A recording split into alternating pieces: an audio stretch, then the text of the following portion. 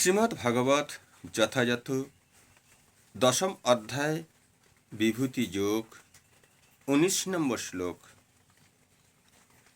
শ্রী ভগবানুবাচ হস্ততে কথ্যৈষামি দিব্যা হত্ত বিভূত্যয়ম প্রধানত্ব কুরুশ্রেষ্ঠ নাস্তস্ত বিস্তরস্য মে।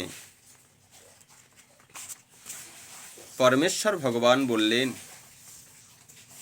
হে কুরুশ্রেষ্ঠ, হ্যাঁ, আমি আমার দিব্য প্রধান বিভূতি সমূহ তোমাকে বলবো, যেহেতু আমার বিভূতি সমূহ অন্তহীন।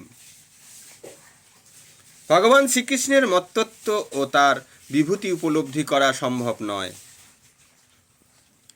স্বতন্ত্র জীবাত্মার ইন্দ্রিয়গুলি সীমিত এবং তা দিয়ে শ্রীকৃষ্ণের বিষয়ে পূর্ণরূপে জানা যায় না।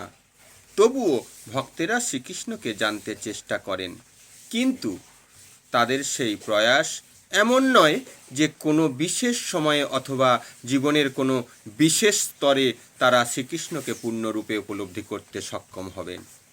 পক্ষান্তরে শ্রীকৃষ্ণ সম্বন্ধীয় সমস্ত আলোচনা এতই উপাদেয় যে তা ভক্তদের কাছে অমৃতবৎ প্রতিভাত হয়। এভাবেই ভক্তরা তা উপভোগ করেন। শ্রীকৃষ্ণের বিভূতি ও তার বিভিন্ন শক্তির কথা আলোচনা করে শুদ্ধ ভক্তেরা দিব্য আনন্দ অনুভব করেন। তাই তারা তা শ্রবণ ও কীর্তন করতে চান।